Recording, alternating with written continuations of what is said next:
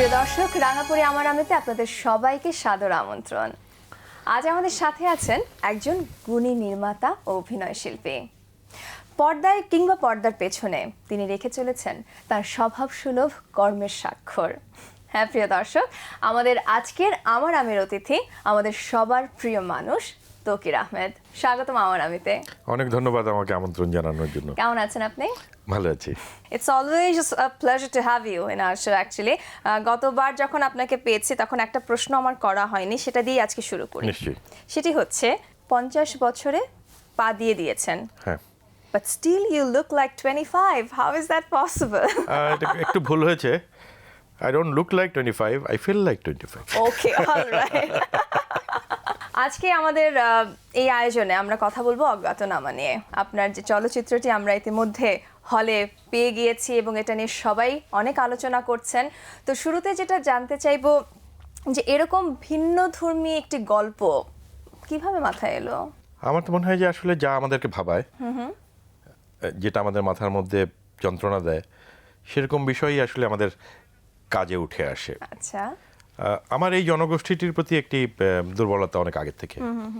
আমি আরও দু একটি ইন্টারভিউতেও বলেছি যে বিদেশে দেখেছি আমাদের মানুষরা কাজ করেন এবং বিশেষ করে মধ্যপ্রাচ্যগামী বিমানে বা দুবাই হয়ে যেই ফ্লাইটগুলি আসে, কাতার হয়ে যেই ফ্লাইটগুলি আসে, সেখানে যখন এই লোকগুলি ফ্লাইটে ওঠে তারা খুবই সাধারণ শ্রমিক শ্রেণীর মানুষ। তারা এটিকেট জানেন না, তারা ওই প্লেনের অনেক কিছুই বুঝতে পারেন না এবং এয়ার হোস্টেসরা তাদেরকে খুব তাচ্ছিল্যের সঙ্গে তাদের সঙ্গে আচরণ করে।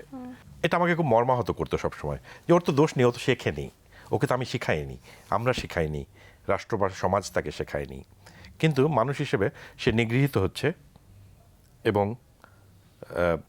জাতিগতভাবে আমি অপমানিত হচ্ছি। সে হয়তো বুঝতেও পারছে না, কিন্তু আমার মনে হয়েছে যে তাদের পাঠানো রেমিটেন্সে আমাদের রিজার্ভ গড়ে ওঠে। আমার মনে হচ্ছে এই মানুষগুলি আসলে অরক্ষিত, ভীষণভাবে অ্যাবিউজড হয় তারা বিদেশে। তারা কোনো রকম মানবাধিকার পায় না, তাদের জীবনযাত্রার মান নিম্ন এবং সবচেয়ে দুঃখজনক হচ্ছে মৃত্যু হারও অত্যন্ত বেশি। রাষ্ট্রীয়ভাবে আমাদের অনেক দেশের সঙ্গে বাইল্যাটারাল চুক্তি নেই, এখন কিছু কিছু হচ্ছে। এই বিষয়ে আমি কথা বলতে চাইছি। আমার মনে হচ্ছে এদের প্রতি আমাদের দায়িত্ব আছে। তারা আমার ভাই বা আমার মানুষ, আমার পাশের বাড়ির মানুষ, আত্মীয়। তাদের প্রতি যদি আমরা একটু যত্নশীল হই, আমরা যদি তাদেরকে অদক্ষভাবে না পাঠিয়ে একটু ট্রেন্ড করি, একটু ভাষাটা শিখাই, একটু ওরিয়েন্টেশন দেই যে কীভাবে ওখানে চলতে হবে, কীভাবে বিহেভ করতে হবে, এবং তাদেরও পথ চলাটা অনেক ইজি হয় এবং তার মানবাধিকারের ব্যাপারে যেন সে কথা বলতে সোচ্চার হয়। নিশ্চয়ই। খুব স্বাভাবিকভাবে যখন এই গল্পটি মাথায় এলো, যখন আপনি চিত্রনাট্যটি লিখে ফেললেন, ফার্স্ট কার সাথে এটা শেয়ার করেছেন? নিশ্চয়ই বিপাশা আপু। হ্যাঁ, আমি প্রথমে এটাকে একটি মঞ্চ নাটকের ফর্মে,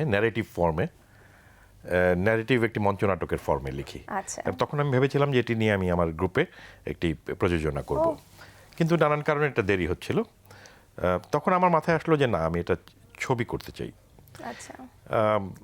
বিপাশার সঙ্গে শেয়ার করলাম। বিপাশা বললো যে এটি অত্যন্ত সুলিখিত একটি মঞ্চ নাটক, এটা আসলে ফিল্মের ভালো হবে না। আমি বললাম যে না, আমি চেঞ্জ করব। বললাম হবে না। এটা আমাকে ভীষণভাবে হতাশ করলো, কিন্তু আমি আমার কাজ করে গেলাম। আমি চিত্রনাট্যটা তৈরি করলাম। তৈরি করার পরে আমি ওকে পড়তে দিলাম। তখন ওরা অনেক সাজেশন দিল, এটা করো, এটা করো, এটা করো, কারণ তার লেখার হাত আমার চেয়ে অনেক ভালো। আমার স্ক্রিপ্ট সুপারভাইজার তাকে বলা যায়। এবং তারপরে আমি আমার কয়েকজন বন্ধুকে ডেকে এক সন্ধ্যায় পড়ে শোনালাম এবং আমি দেখলাম যে এটা পড়তে যেয়ে আমার চোখ ভিজে গেল এবং তারাও খুব আবেগ আক্রান্ত হলেন এবং আমি বুঝে গেলাম যে এর মধ্যে সেই এলিমেন্টটি আছে যেটা মানুষের ভালো লাগবে। এই যে সময়টা প্রথমে মঞ্চ নাটকের জন্য স্ক্রিপ্ট করেছিলেন, তারপরে সেটাকে পরিবর্তন করে আপনি চলচ্চিত্রের জন্য চিত্রনাট্য তৈরি করলেন, কতখানি সময় সেখানে পার হয়েছে? ইনফ্যাক্ট এটা ভাবনার জায়গাটা 6-7 বছরের, মানে রিসার্চ লেভেলটা আর কি। যে পত্রিকায় যখনই আমি দেখতাম যে মধ্যপ্রাচ্য নিয়ে একটি খবর, আমাদের শ্রমিকের কোনো খবর, ওই কাটিংটা আমি আলাদা করতাম, ওই পেজটা রেখে দিতাম, ওটার উপরে ইন্টারনেটে যেয়ে ঘাঁটতাম এবং এই যে রিসার্চটা আমাকে আসলে আরও বেশি তাড়িত করে যে না, এই কাজটি করতে হবে।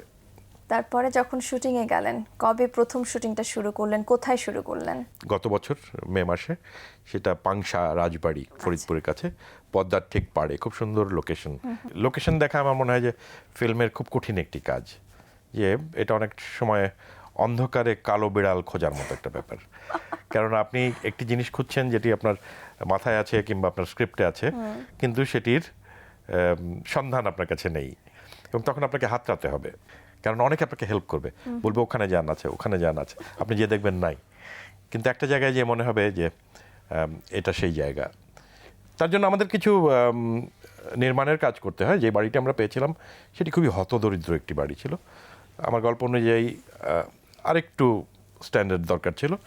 তখন আমরা ওই ঘরগুলিকে একটু রিপেয়ার করে, বারান্দা যোগ করে বা একটু ডোয়াগুলি বাঁধিয়ে দিয়ে সেভাবে তৈরি করে নেই। তবে এখানে খুব মজার ব্যাপার আছে, যখন আমরা ওই বাড়িতে গেলাম এবং আমরা ঘুরে ফিরে দেখতে শুরু করলাম, তখন বাড়ির মালিক খুব ঘাবড়ে গেলেন এবং কেন যেন তার ধারণা হলো তার বাড়িটা আমরা দখল করে ফেলার ব্যাপারটা এরকম কিছু হতে যাচ্ছে কিনা। খুব বয়স্ক লোক, তাকে বোঝাতে আমাদের অনেক সময় লাগলো যে আমরা দখল করব না, আপনার বাড়ি আপনারই থাকবে, আমরা এটাকে রিপেয়ার করব এবং সেটাও আপনার থাকবে, আমরা কিছু নিয়ে যাব না। তো অনেক পরে তিনি আশ্বস্ত হলেন যে না, এরা দখল করছে না, এরা ছবি বানাবে।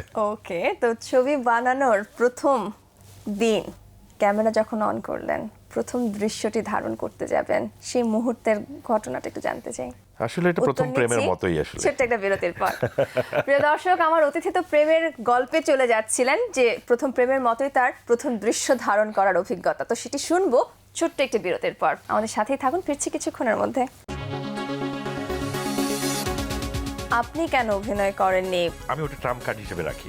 আচ্ছা, কোনো অভিনেতা যদি বলে যে আমি করব না, আমি ওখানে নেমে যাব। ফিরে এলাম বিরতির পর। রাঙাপুরে আমার আমিতে আমাদের সাথে আজকে উপস্থিত রয়েছেন আমাদের সবার প্রিয় মানুষ তৌকির আহমেদ। বিরতিতে যাওয়ার আগে জানতে চাইছিলাম অজ্ঞাতনামার প্রথম দৃশ্য ধারণের গল্পের কথা। ওই যে বলছিলাম যে প্রথম প্রেমের মতোই।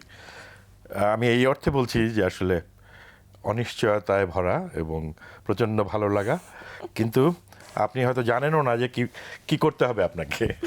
তো সেরকমই প্রতিটি কাজই, যখন আমরা সিরিয়াস কোনো কাজ করতে যাই, চলচ্চিত্রের কাজ, খুব একটা আনসার্টেনিটি থাকে। এই কাজটিকে ভালোবেসেই আমরা করতে চাই, কিন্তু অসংখ্য প্রতিকূলতা চতুর্দিকে, সেগুলিকে এড়িয়ে প্রচণ্ড গরম, রোদ, বৃষ্টি এবং বাঘা বাঘা সব অভিনেতা, যাদেরকে হ্যান্ডেল করা সহজ না। শহীদুজ্জামান সেলিম আমার কিছু সিনিয়র, উনি কিন্তু বন্ধুর মতোই। ফজলুর রহমান বাবু, সেও আমার বন্ধুর মতোই।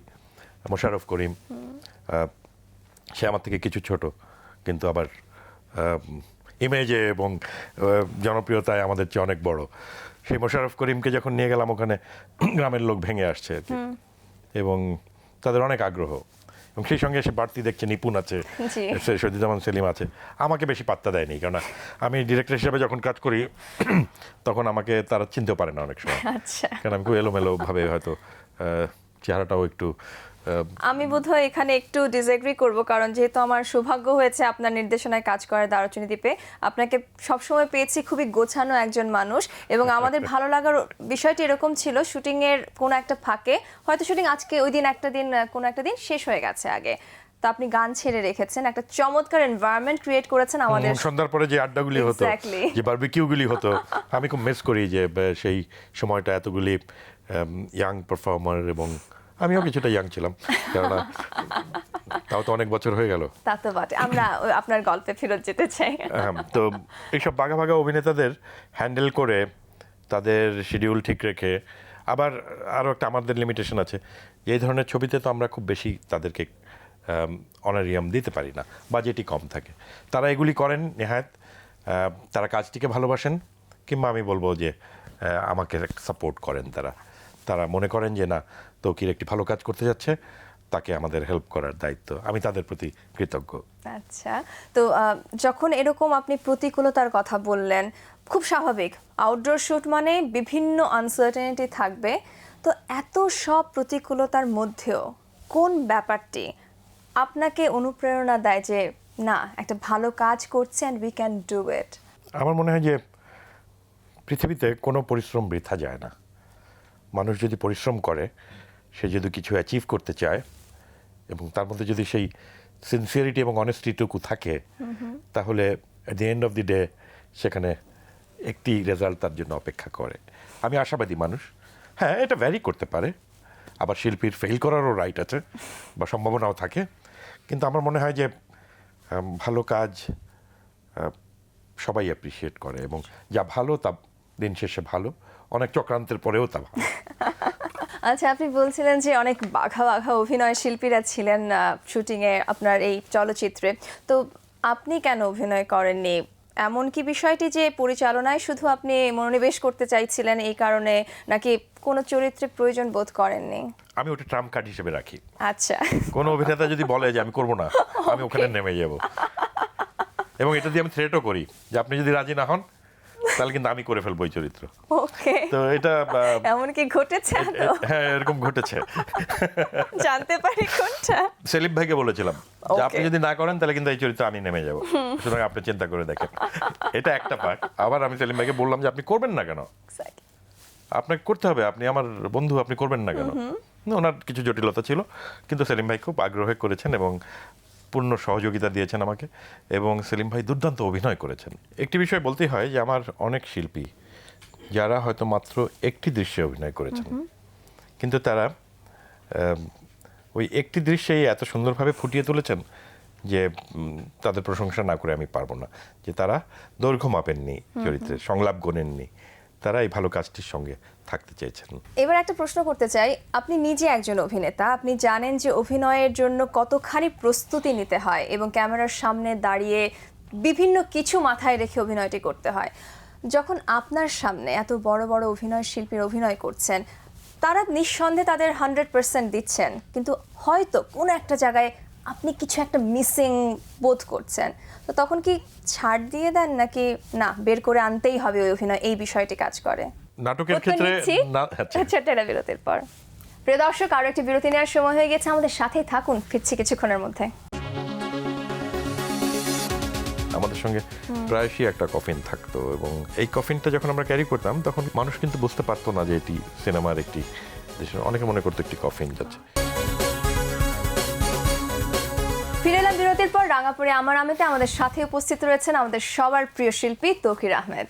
জানতে চেয়েছিলাম যে আপনার চলচ্চিত্রে যে অভিনয় শিল্পীরা ছিলেন সবাই স্বনাম খ্যাত, প্রতিষ্ঠিত, তো একজন অভিনয় শিল্পী হিসেবে যখন তাদের অভিনয় দেখছেন, কোনো একটা জায়গা হঠাৎ করে মনে হলো যে না হচ্ছে না, তখন কি মনে হয়, ছেড়ে দেই নাকি না ওটা আমাকে বের করে আনতেই হবে? চেষ্টা করি বের করে আনতে। আচ্ছা, তার কারণ যে আমার একটা সুবিধা হচ্ছে যে আমি নিজে একজন অভিনেতা, এবং অভিনেতার সাইকোলজিটা আমি বুঝি।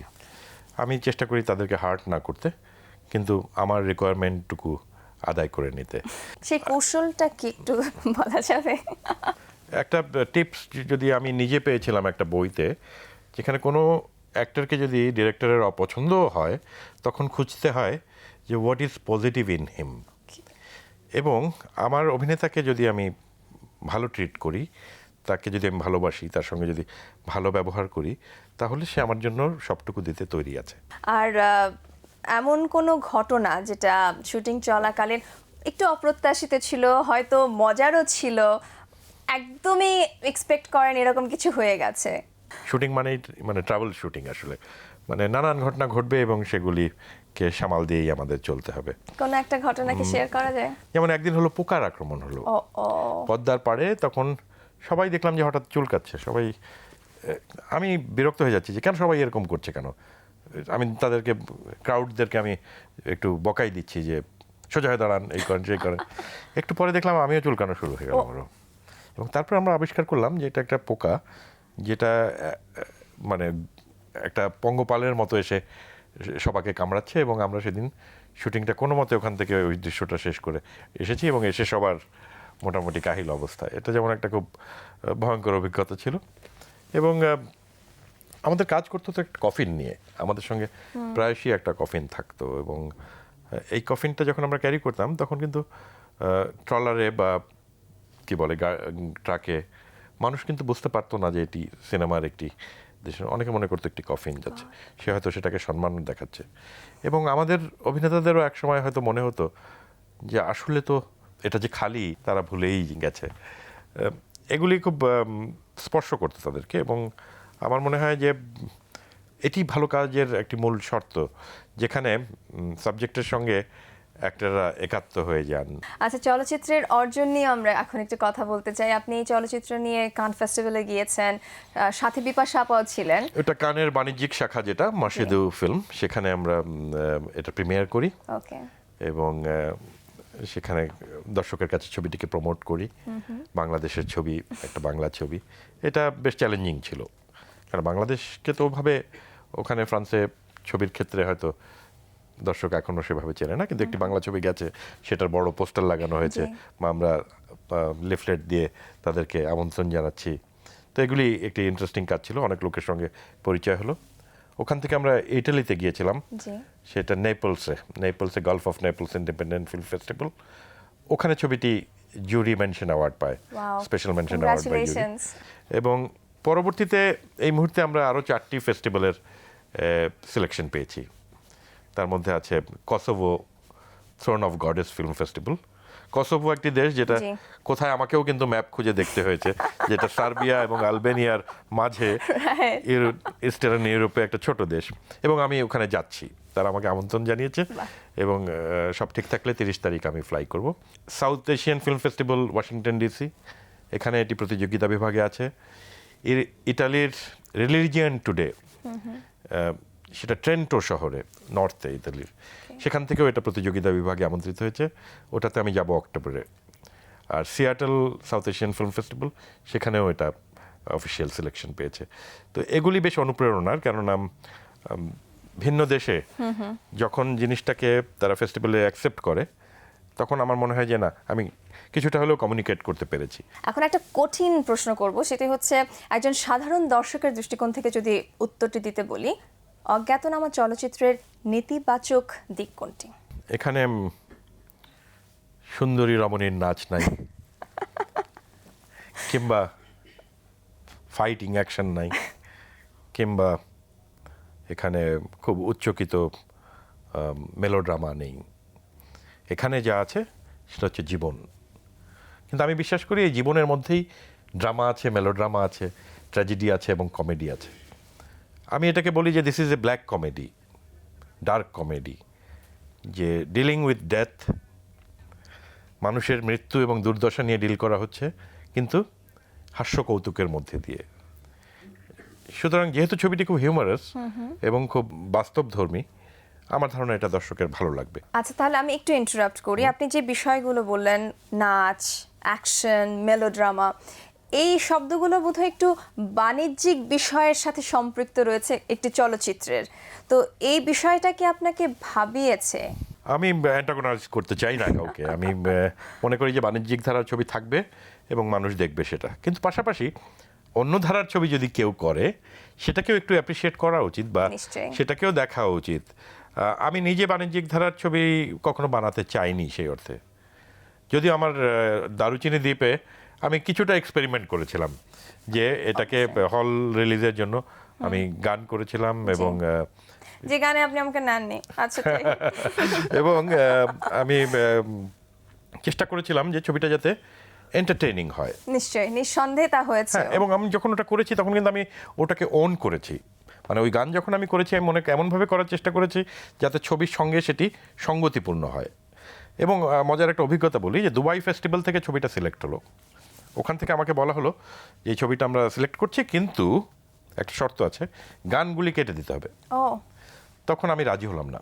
আমি বললাম যে না, আমি তো এটা গান সহই বানিয়েছি। তো আমি রাজি হলাম না। আমি বললাম যে না, আমি এই ছবিটা আমি এইভাবেই বানাতে চেয়েছি, যে এখানে 2-3টি গান আছে এবং নাচ আছে, এবং এটার প্রেজেন্টেশন এরকমই, যদি নিতে হয় এভাবেই নিতে হবে, আর নইলে না। That's like your baby, I can just cut it out. হ্যাঁ, এবং আমি দেইনি ছবিটি তাদেরকে। অনুষ্ঠানের প্রায় শেষ প্রান্তে আমরা, আমাদের অজ্ঞাতনামার দর্শকদের জন্য আপনি যদি কিছু বলতে চান। আমি বলতে চাই যে আমাদের কাজের লক্ষ্যই হচ্ছে যে দর্শকরা যাতে দেখে এটা, তাদেরকে হলে যেতে হবে। সিনেমা হলে দেখার জিনিস, এটি টিভিতে বা ইউটিউবে দেখার জিনিস না। কেননা হলে যেই লার্জার দ্যান লাইফ এক্সপিরিয়েন্সটা সে পাবে, সেটা হয়তো প্রপার থিয়েটার ছাড়া পাওয়া সম্ভব না। তো সুতরাং শুধুমাত্র আলোচনা না করে যদি আমরা হলে যাই, তাহলে আমাদের চলচ্চিত্র সার্বিকভাবে উপকৃত হবে, কারণ আমাদের চলচ্চিত্রের একটা মন্দা যাচ্ছে নানানভাবে। তো আর যারা ভালো ছবি বানানোর চিন্তা ভাবনা করেন তারাও অনুপ্রাণিত হবেন। আমি তাদেরকে আশা দিতে পারি যে ছবিটি খারাপ লাগবে না আপনাদের। আপনাকে অশেষ ধন্যবাদ আজকে আমাদের মাঝে উপস্থিত হয়ে আপনি আমাদেরকে এই চলচ্চিত্র সম্পর্কে বিস্তারিত জানিয়েছেন। Thank you so much. আপনাকেও অনেক ধন্যবাদ। প্রিয় দর্শক, আজকের কথোপকথন থেকে একটা কথা তো নিঃসন্দেহে বলতে পারছি যে অজ্ঞাতনামা একটি ভালো চলচ্চিত্র এবং আমাদের সবার উচিত হলে গিয়ে এই ছবিটি দেখা এবং এর নির্মাতা এবং অভিনয়শিল্পী সবাইকে আমাদের এই উপস্থিতিতে জানান দেয়া যে হ্যাঁ, আমরা ভালো চলচ্চিত্রের জন্য সবসময় পাশে আছি। সবাইকে আমরা আমন্ত্রণ জানালাম অজ্ঞাতনামা দেখার জন্য, আর সেই সাথে আজকের মতো এখানে বিদায় নিচ্ছি। সবাই ভালো থাকুন, আগামী পর্বে নিশ্চয়ই দেখা হচ্ছে। চোখ রাখুন বাংলাভিশনের পর্দায়।